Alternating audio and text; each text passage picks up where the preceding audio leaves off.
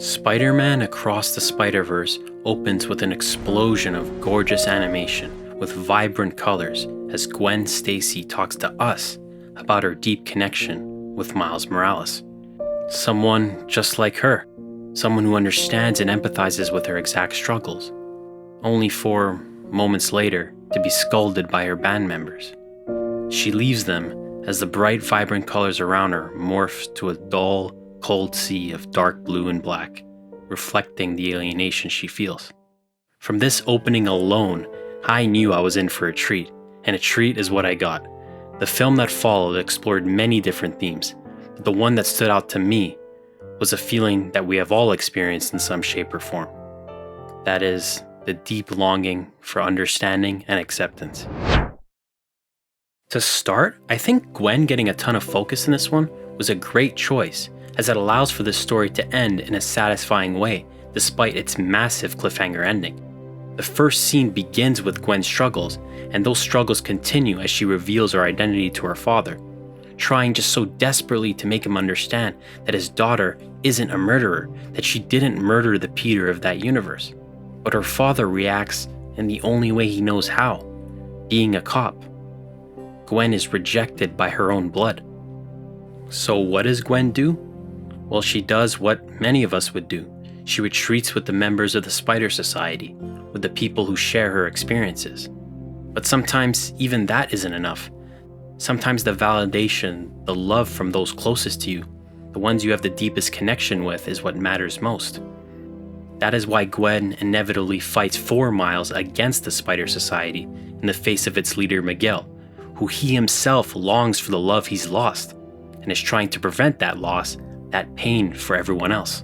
And we, the audience, we understand that. We understand Miguel's motivation. In fact, we understand the motivations of all the key characters, which is part of the reason why the film works so well. After Miles' escape, Gwen is ostracized by her own people.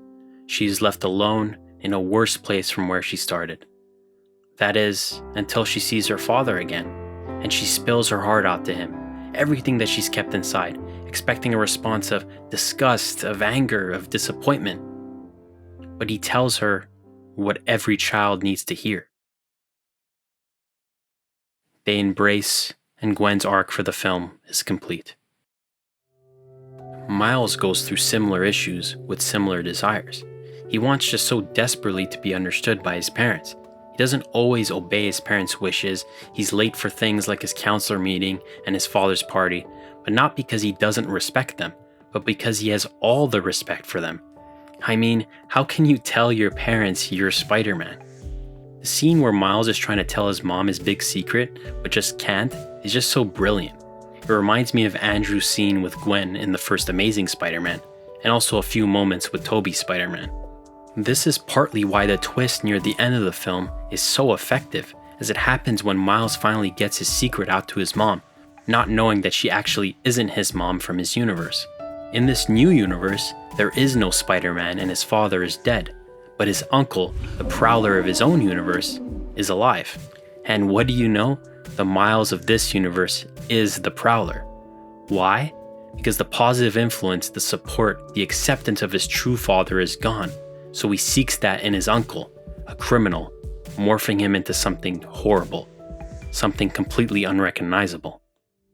When we look at the Spot, the initial villain of this story, he too is morphed into something horrible for something as silly and ridiculous as being a great villain to Miles. But even that stems from a feeling of invisibility, of wanting to be seen, of wanting to be acknowledged. Contrary to Gwen, who, in the end, is understood and accepted for the person she is, the Spot, the brilliant Dr. Jonathan Owen, destroys any semblance of Jonathan Owen. Across the Spider-Verse is honestly up there with some of the best comic book films ever made, and I only touched the surface of what it has to offer. But if we remove all of the amazing craftsmanship, and boy, there's a lot of that here, what we have is something that all of the great Spider-Man stories touch on. It is a story of people struggling to be who they are.